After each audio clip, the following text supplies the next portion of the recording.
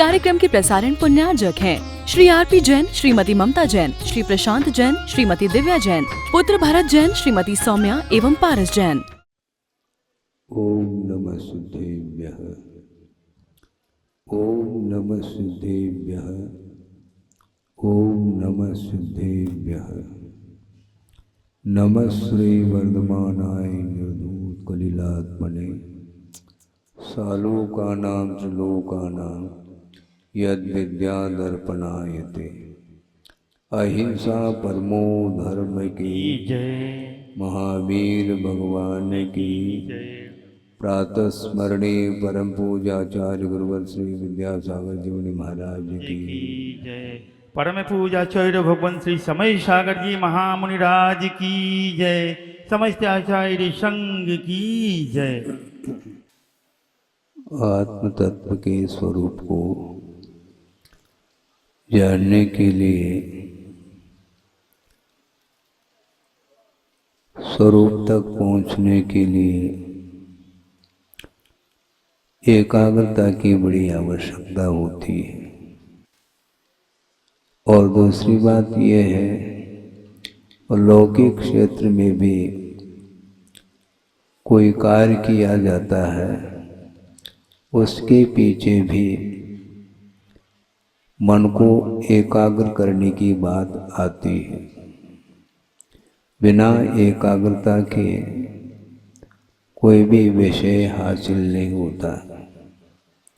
छात्र पढ़ने के लिए जा रहा है और साल भर उसने अध्ययन किया है, किंतु अध्ययन करना अलग है और मनोयोग के साथ अध्ययन करना अलग है।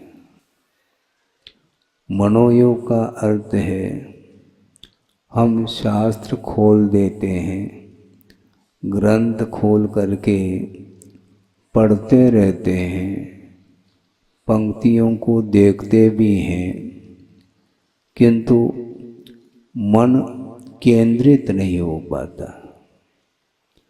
मन को केंद्रित किए बिना जितने भी कार्य होते हैं वो कभी भी अविष्ट वस्तु को देने में सक्षम नहीं होते। एकेंद्रीय से लेकर के असंगी पंचेंद्रिय तक जो जीव होते हैं, अथवा एकेंद्रीय से लेकर के चौरेंद्रिय तक जो जीव होते हैं, उनके पास 4 ही इंद्रियां हैं, कर्णेंद्रिय नहीं है। शब्द को ग्रहण करने की क्षमता कर्णेंद्रिय में हुआ करती है, किंतु चौरेंद्रिय मात्र 4 इंद्रियों को अपने पास रखता है। उसके बाद कर्णेंद्रिय का नंबर आता है, किंतु कानों के माध्यम से शब्दों को वह सुन तो लेता है, किंतु उसका क्या मीनिंग है, उसका क्या तात्पर्य है, उसका क्या भाव है, इसको ग्रहण करने की क्षमता असंगी पंचेंद्रिय में नहीं हुआ करती। शब्द तो सुन लेंगे, कोई बाधा नहीं, किंतु मन के बिना शब्दों का क्या आशय है, क्या भाव है, इसको ग्रहण करने के लिए मन अपेक्षित है। मन में विचार विमर्श करने की क्षमता रहती है, किंतु मन का विकास भी क्रमिक होता है। नवजात शिशु है, वह असंगी है क्या संगी है? वह संगी है, उसके पास मन है, किंतु अभी मन वह विकसित नहीं हुआ। उस बालक के लिए आप लोग बोलते हैं ढोक दे बेटा, तो ढोक देता है, लेकिन फिर भी उसकी दृष्टि माँ की ओर ही रहती है। जिसके लिए ढोक दिया जा रहा है उसको वह देखता नहीं, मात्र प्रशिक्षित हो रहा है। ढोक दे कहने से ढोक देता, हाथ जोड़ दे कहने से हाथ जोड़ता है, बैठ जा कहने से बैठता है। मतलब प्रत्येक क्रियाओं के लिए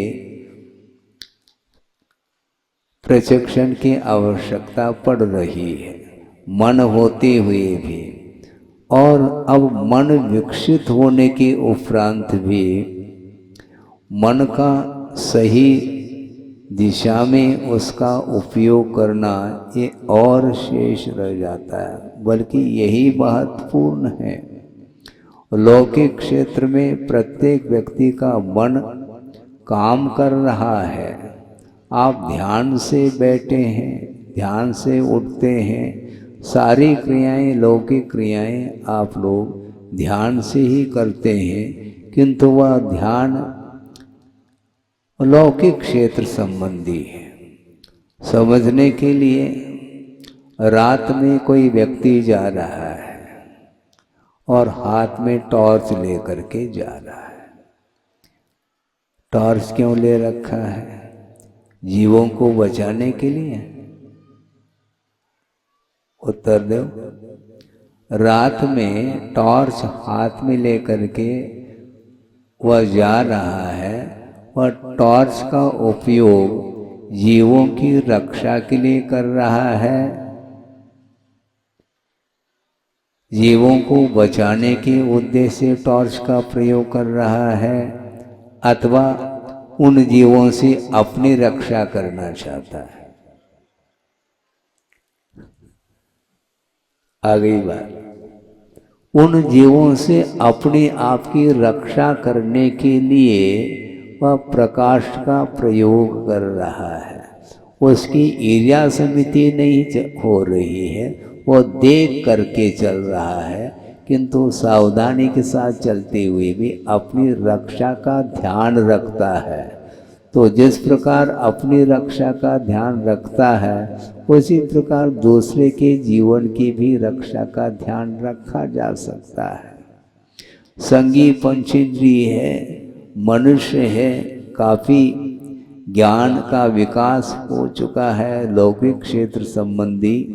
इसके उपरांत भी उस मन का उपयोग लौकिक क्षेत्र में करता है, परमार्थ क्षेत्र में उस मन का उपयोग नहीं कर पाता। कई व्यक्ति कहते हैं महाराज हमारा मन नहीं लगता। एक छात्र आया, महाराज 18 घंटे हम अध्ययन करते हैं, फिर भी मन एकाग्र नहीं हो पाता, मन स्थिर नहीं हो पाता। उनके लिए हमने कहा कौन कहता है तुम्हारा मन स्थिर नहीं है? कैसी बात महाराज? कहीं न कहीं स्थिर तो है वो। जहां पर स्थिर करना चाहिए वहां पर मन स्थिर नहीं हो रहा, इसका अर्थ अन्यत्र हो रहा है जहां नहीं होना चाहिए। उसी प्रकार यहाँ पर आप लोग बैठे हैं, किंतु आपका मन किसमें लगा हुआ है? जिनवानी सुनने के लिए आपका मन एकाग्र हो रहा है, अथवा और कोई मन में विचार आ रहा है। बड़ी विचित्र दशा है संसारी प्राणी की। और दिनों दिन वह वातावरण बहुत धार्मिक तो कह सकते हैं, लेकिन कुछ ऐसे साधन उपलब्ध हो रहे हैं, उसके कारण उसका मन एकाग्र नहीं हो पाता। पूजन करने के लिए बैठे हैं, जल चंदन आदि चढ़ा रहे हैं एक द्रव्य को, और उसी बीच में हलो हलो घंटी बज गई, तो फिर आप क्या करते हैं? सही सही बोलो।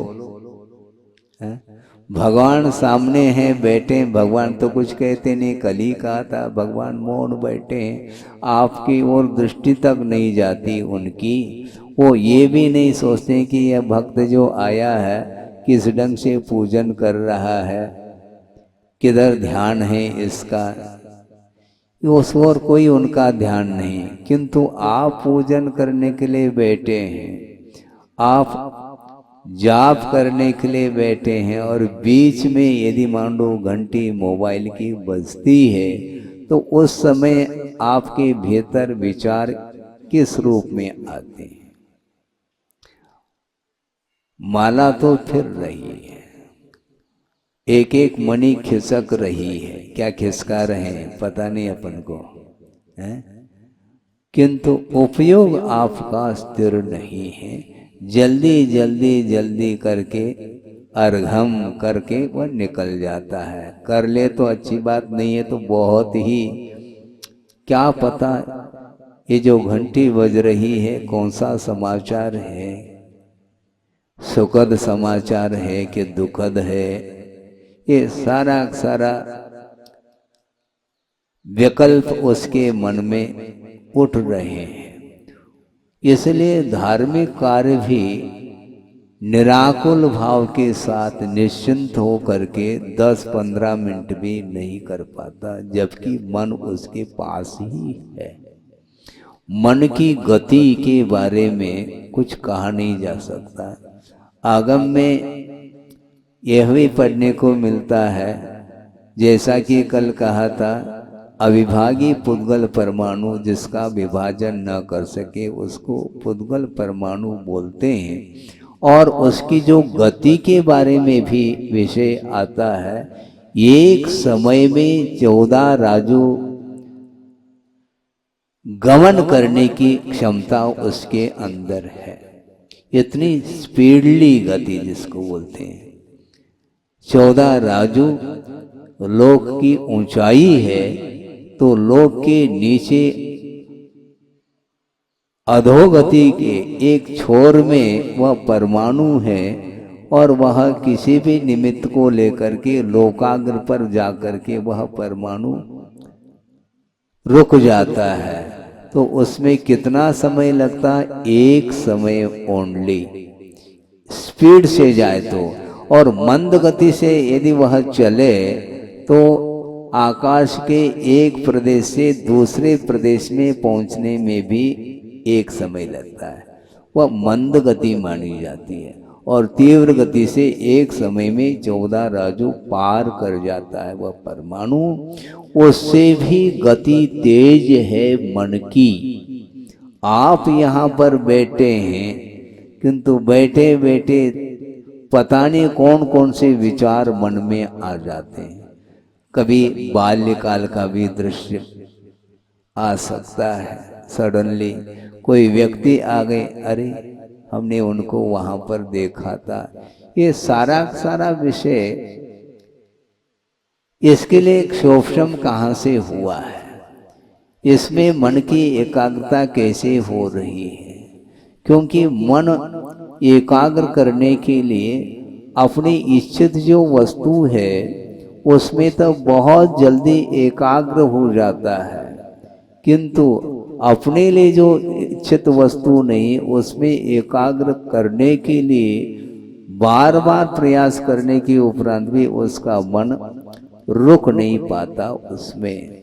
तो उनके लिए ये कहा था उस छात्र के लिए, कौन कहता है तुम्हारा मन स्थिर नहीं है, किंतु जिसमें होना चाहिए उसमें आपका मन टिक नहीं पा रहा है। कोई न कोई विषय होगा उसमें टिक रहा है। तो महाराज अब मन को केंद्रित करने के लिए करें क्या? भारी समस्या हो गई। बार बार प्रयत्न करने के उपरांत भी मन बाहर ही जाता है। धीरे धीरे विषय आ रहा है। आचार्य महाराज ने बहुत सारे ग्रंथों का अनुवाद भी किया है। कुंद कुंद भारती का भी अनुवाद किया है। समंत भद्र स्वामी का भी साहित्य जो है उसका भी अनुवाद किया है। और भी बहुत सारे ग्रंथों के अनुवाद उन्होंने किए हैं। और इसके अलावा स्वतंत्र रूप से भी ग्रंथों की रचना उन्होंने की है, जो कि संस्कृत में भी है और हिंदी में भी उसको रूपांतरित किया है। सर्वप्रथम आचार्य ज्ञान सागर जी महाराज की उपस्थिति में उन्होंने एक शतक का निर्माण किया था। उसका नाम क्या है? निजानुभव शतक नाम है। उसमें एक छंद पढ़ने को मिला है, वह प्रासंगिक मैं समझ रहा हूँ, क्योंकि मन की जो विचित्रता है उसके बारे में उन्होंने प्रकाश डाला है उस छंद में। छंद आपके सामने है कि क्या हो गया समझ में मुझको न आता, क्या हो गया समझ में मुझको न आता, क्यों बार बार मन बाहर दौड़ जाता। क्या हो गया समझ में मुझको न आता, क्यों बार बार मन बाहर दौड़ जाता। स्वाध्याय ध्यान करके मन रोध पाता, पैश्वान सा मन सदा मल शोध लाता। मन को श्वान की उपमा दी है गुरुदेव ने। मन की वृत्ति कैसी है? श्वान जैसी उसकी वृत्ति है।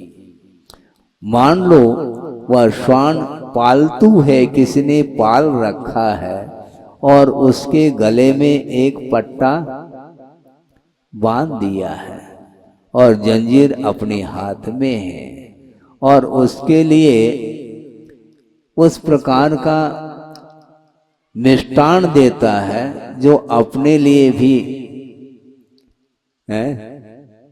न मिल सके। इस प्रकार उसके लिए अच्छे अच्छे मिष्टान खिलाता है, किंतु ज्यों ही उस गले से उस पट्टे को निकाल देता है तो वह पट्टा कहाँ जाता है? वह श्वान अर्थात कुत्ता वह नाली के पास जाता है सूंघता सूंघता। ऐसा क्यों? अभी तक तो उसको मिष्टान मिल रहा था और फिर भी उस गंदगी पर मुंह मार रहा है। इसी को बोलते हैं श्वान की वृत्ति। उसी प्रकार गुरुदेव ये कहना चाहते हैं, श्रवण के लिए कह रहे हैं, आप लोगों की बात ही अलग है, बहुत दूर की बात है। श्रवण स्वाध्याय ध्यान करके मन रोध पाता, अपने आवश्यकों को पालन करता हुआ निरंतर वह साधना में रत रहने वाला श्रवण है। स्वाध्याय के माध्यम से ध्यान के माध्यम से मन को एकाग्र किया है, किंतु ज्यों ही इन आवश्यकों से वह मुक्त हो जाता है तो मन पुनः वहीं जाता है जहां नहीं जाना चाहिए। पैश्वान सा मन सदा मल शोध लाता। उसी प्रकार एक सज्जन आए मेरे पास, उन्होंने कहा कि महाराज ये आज की बात नहीं, सालों हो गए मुझे आपके पास आते हुए दर्शन के लिए, और प्रतिदिन आपके बाजोटे पर चौकी पर जो शास्त्र रखे रहते हैं वो बिल्कुल ज्यों के त्यों। अभी भी पूरा अध्ययन नहीं हुआ क्या आपका? वही समय सार ग्रंथ रखा हुआ मिलता है, वही सर्वार सिद्धि रखी हुई मिलती है, वही सिद्धांत ग्रंथ रखे हुए मिलते हैं। आपका अध्ययन पूरा नहीं हुआ क्या? उनको ये कहा कि भैया इस भव में पूरा हो जाए मुश्किल बात है।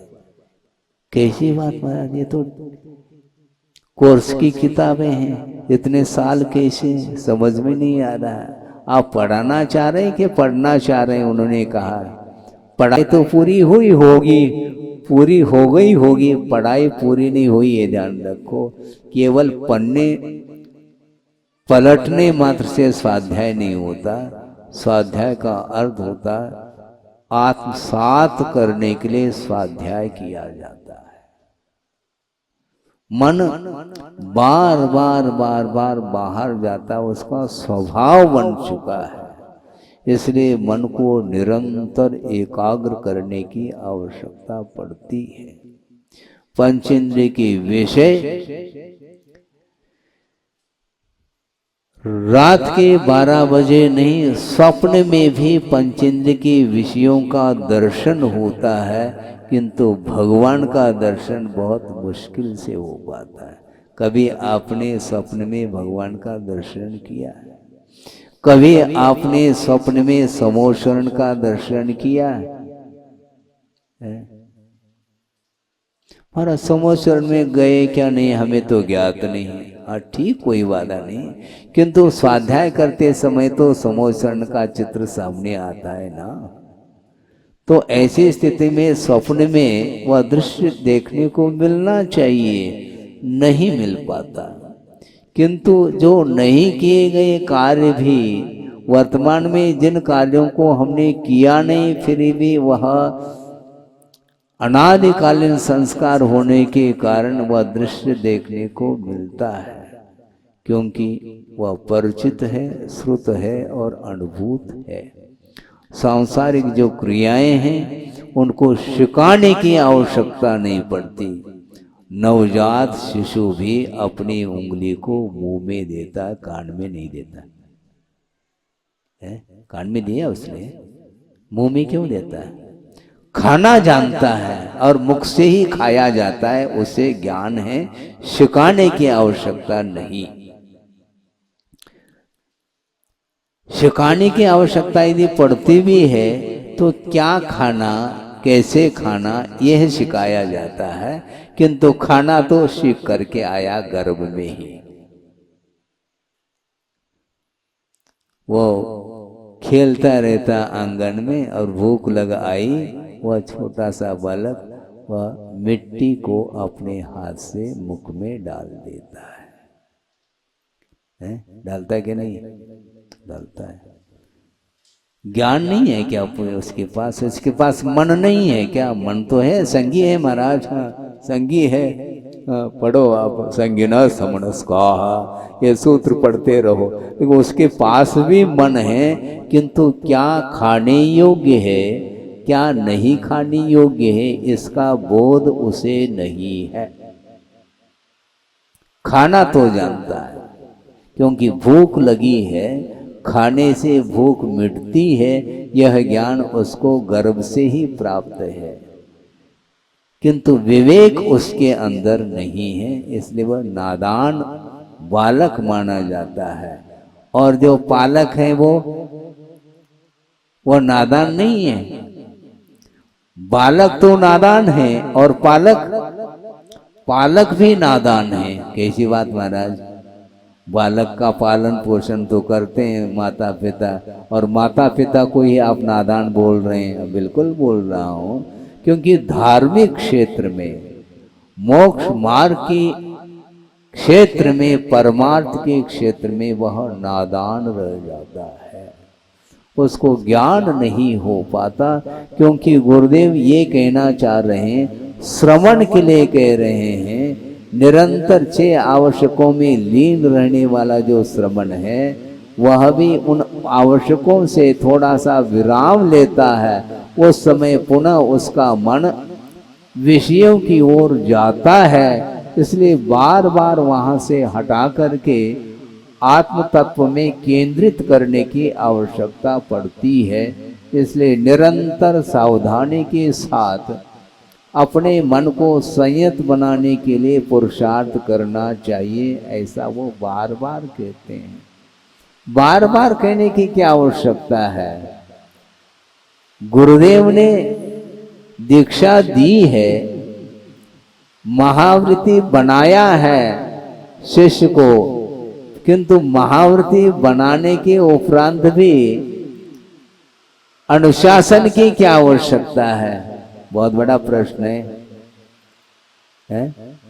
अनुशासन की क्या आवश्यकता? जब महावृत्ति बना दिया, दिगंबरत्व को अंगीकार कर लिया, अब उसको वह कहीं भी रहे, उसके लिए अनुशासन की कोई आवश्यकता नहीं होनी चाहिए। यह प्रश्न हो सकता आपके मन में, किंतु आचार्य कहते हैं अनुशासन की बड़ी आवश्यकता है।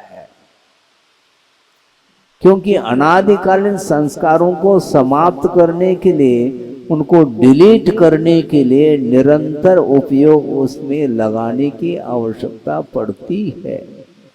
उसके बिना मन संयत नहीं हो सकता। तो मैं क्या कह रहा था?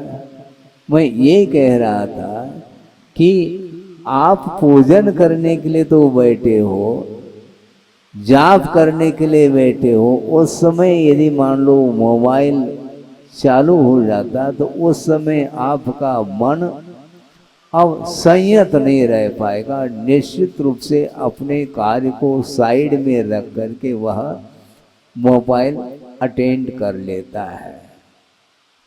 यदि मान लो मोबाइल ऑफ है, कनेक्शन बंद कर दिया मान लो, तो फिर नहीं। और मान लो घंटी बज रही है किंतु दूसरे की बज रही है, मेरी नहीं बज रही है, तो वहां पर मेरे तेरे का भी संबंध समाप्त नहीं हुआ है। सोचने की बात है, बहुत हम सोच नहीं पाते हैं। बार बार प्रसंग बनाने के उपरांत भी हमारा मन संयत नहीं हो पाता। एक दिन सुन लेते हैं, दूसरे दिन वह सारा सारा डिलीट हो जाता है विषय, पुनः वापस सुनाने की आवश्यकता पड़ती है। तो इस प्रकार बार बार सुनाओ महाराज। हाँ, सुनाने के लिए तो बैठे हैं, आप सुनने के लिए बैठे हैं, किंतु मात्र सुन करके उसको एक कान से सुन लिया, दूसरे कान से यदि निकाल दिया मान लो, तो कभी भी उद्धार तो नहीं हो पाएगा। इसलिए मन को संयत करने के लिए क्या करना चाहिए महाराज? तो आचार्य कहते हैं मन को संयत करने के लिए इंद्रियों के ऊपर विजय प्राप्त करने की आवश्यकता है। इंद्रियों के ऊपर विजय प्राप्त जब तक नहीं करते तब तक आपका मन उधर ही जाएगा।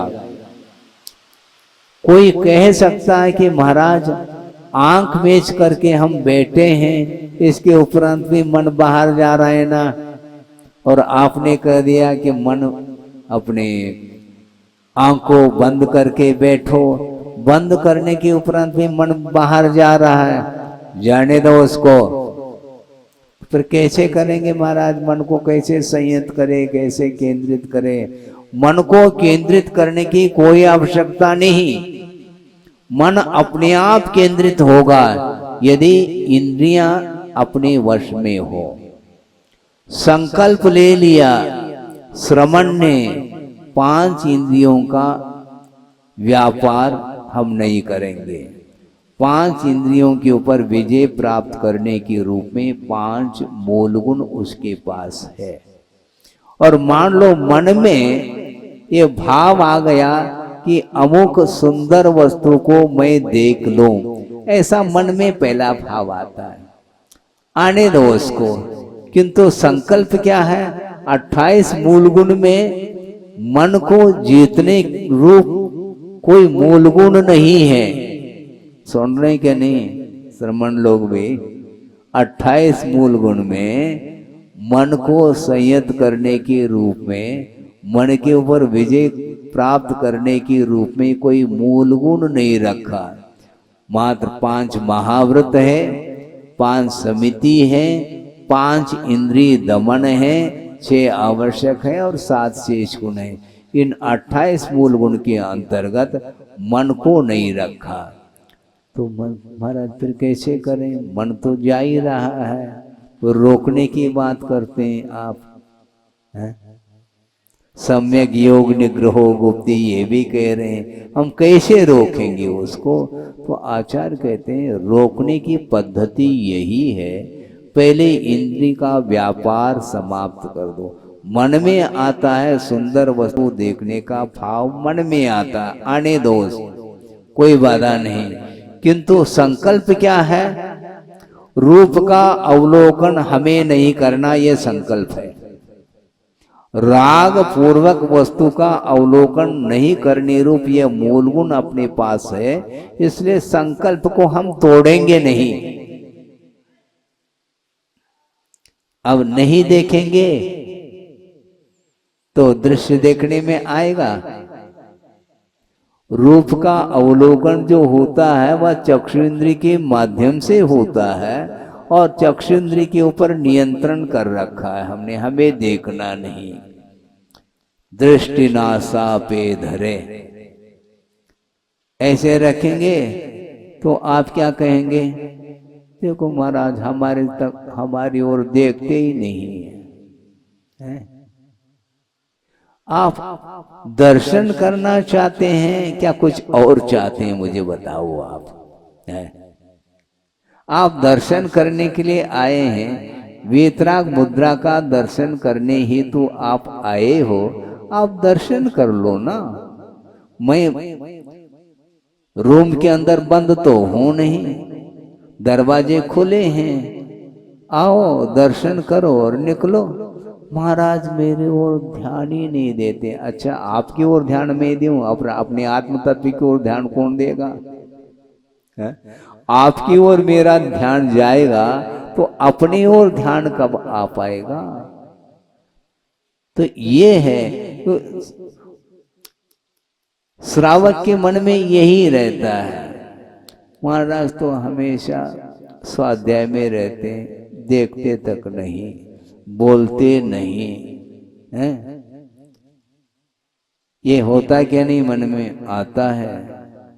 समय पर मैं प्रसंग आपके सामने रखूंगा, थोड़ा सा और विषय दे दूं कि इस प्रकार के श्रावक के मन में भाव आते हैं। एक व्यंग्यात्मक प्रसंग याद आ गया। वो विद्वान थे, इसके उपरांत भी व्यंग्यात्मक भाषा में बोलते थे। वो कुंडलपुर की बात है, बहुत पुराना प्रसंग है, और 10 लक्षण पर्व का वह प्रसंग। और कुंडलपुर में श्रावक गण पंक्तिबद्ध होकर के पड़गान के लिए खड़े हैं। आहार का समय हुआ था और गुरुदेव शुद्धि करके आहार चर्या के लिए निकले, और नीचे इर्यापत से नीचे देखते देखते देखते चले जाते हैं। 1 दिन हुआ, 2 दिन हुआ, 3 दिन हुआ, 7-8 दिन हो गए, और उनको आकुलता होने लगी। उन्होंने कहा कि महाराज आपकी दृष्टि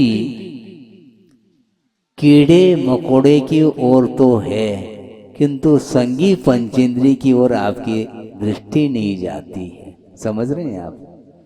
हम पड़गान के लिए खड़े हैं और हम तो संगी पंचेंद्रिय, हमारी ओर भी तो ध्यान आपका होना चाहिए। आप तो केवल नीचे निगाह करके निकल जाते हैं, बीच बीच में देखते हैं, कब देखते हैं आपको ख्याल नहीं रहता है।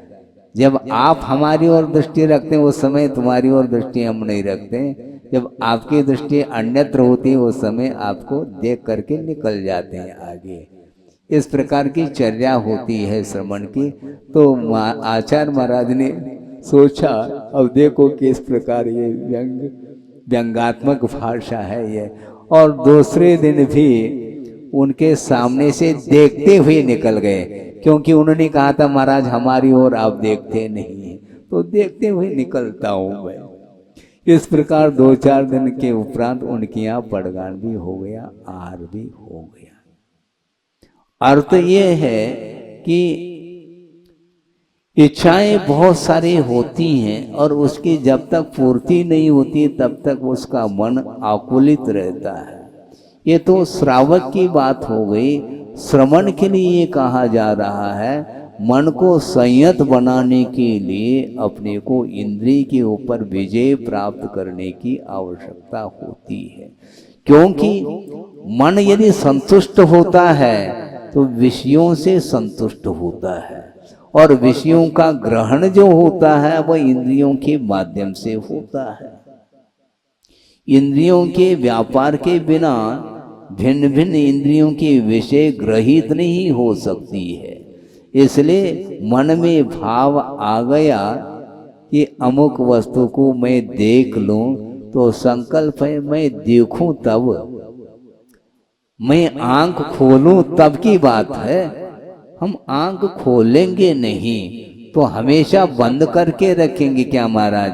नहीं नहीं, हमारी ओर देखते ही नहीं। ठीक है, आप भगवान बन जाओ, आप ही की ओर हम देखते हैं। हाँ, अन्यत्र देखेंगे नहीं हम। भगवान तो बन जाओ कम से कम, है? भगवान तो बनो नहीं। रागी की ओर दृष्टि यदि रख देते हैं श्रवण, क्या प्रयोजन सिद्ध होने वाला है? बल्कि सामने वाले का कल्याण हित करने के लिए यही पद्धति है। उस ओर देखो नहीं, किंतु बिना देखे कुछ हित की बात सुना दो, काम हो जाएगा। देखने की आवश्यकता नहीं। नमोस्तु कर दिया, मान लो आशीर्वाद दे दिया। आशीर्वाद देने के साथ साथ देख नहीं रहे। देखने की आज्ञा कहाँ पर है आगे में मुझे बताओ। देख करके ही आशीर्वाद दिया जाता है, बिना देखे आशीर्वाद नहीं दिया जाता। मान लो देख करके आशीर्वाद देते हैं, महाराज बोलते नहीं, तो एक एक कदम वो आगे बढ़ रहा है। तो ऐसी स्थिति में उसके जो इच्छाएं उसके अंदर उत्पन्न हो रही हैं, उनकी पूर्ति हम नहीं कर पाएंगे। इसलिए हम अपने आप में रहेंगे और मान लो अपने आवश्यकों से यदि मान लो निवृत्त होते हैं, शांति के साथ बैठे हैं, उस समय कोई श्रावक आता है, दर्शन आदि कर लेता, उसके लिए धर्म वृद्धि का आशीर्वाद दिया जा सकता है, इसमें बाधा नहीं। किंतु सांसारिक कार्यों को लेकर के वह आया है और आशीर्वाद मांगता है, तो उसके लिए आशीर्वाद नहीं दिया जा सकता। इस पवित्र भावना के साथ अहिंसा परमो धर्म की जय। बोधि समाधि परिणाम शुद्धि स्वात्मोपलब्धि शिव शोक सिद्धि चिंतामणिम चिंतित वस्तुदाने त्वामंद मानस्य ममास्तुति। परम पूजाचार्य गुरुवर श्री विद्यासागर जी महाराज की जय। इस कार्यक्रम के प्रसारण पुण्यार्जक हैं श्री आरपी जैन, श्रीमती ममता जैन, श्री प्रशांत जैन, श्रीमती दिव्या जैन, पुत्र भरत जैन, श्रीमती सौम्या एवं पारस जैन।